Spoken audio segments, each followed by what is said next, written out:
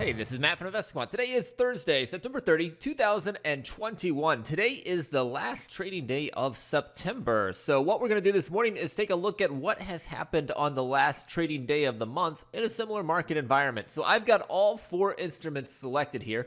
The setup we're going to be using is going to be based upon entering the market long at 9:30 a.m. Eastern Time. The exit is set to 4:15 p.m. Eastern Time. Currently, the overnight session is pushing higher, so I'm going to add that context to this study we'll be looking at this morning by going into the opening filters, going to gap direction, and clicking on gap up. That just means that the opening price at 9:30 a.m. Eastern Time is above yesterday's closing price. So I've got that selected. Next, I want to put us in a similar market environment. The way I'm going to do that is click on indicators and say that we closed below a 10-day simple moving average, but above a 200-day simple moving average. So I've got both of those added here now. Next, I'm going to go into the calendar library, and I'm going to say that it is the last trading day of the month. That's in the unique days here. I'm just going to hit equals here next to last trading day of the month to add it to the test. And that will conclude all that I need for this study, and I can click view results.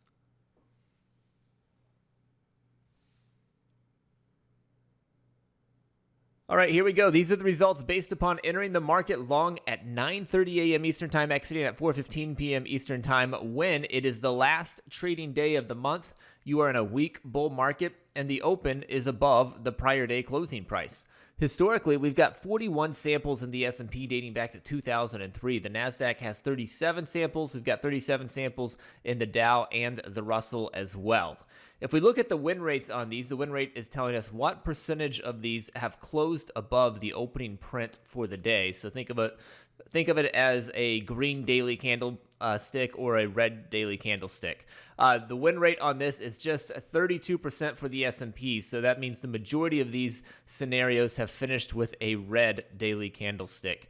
For the NASDAQ, 41%. For the Dow, 41%. And Russell's more neutral at 49%. So 3 of the 4 have weak win rates here. If we look at the average moves, you can see they're fairly similar in size for the S&P, both up and down.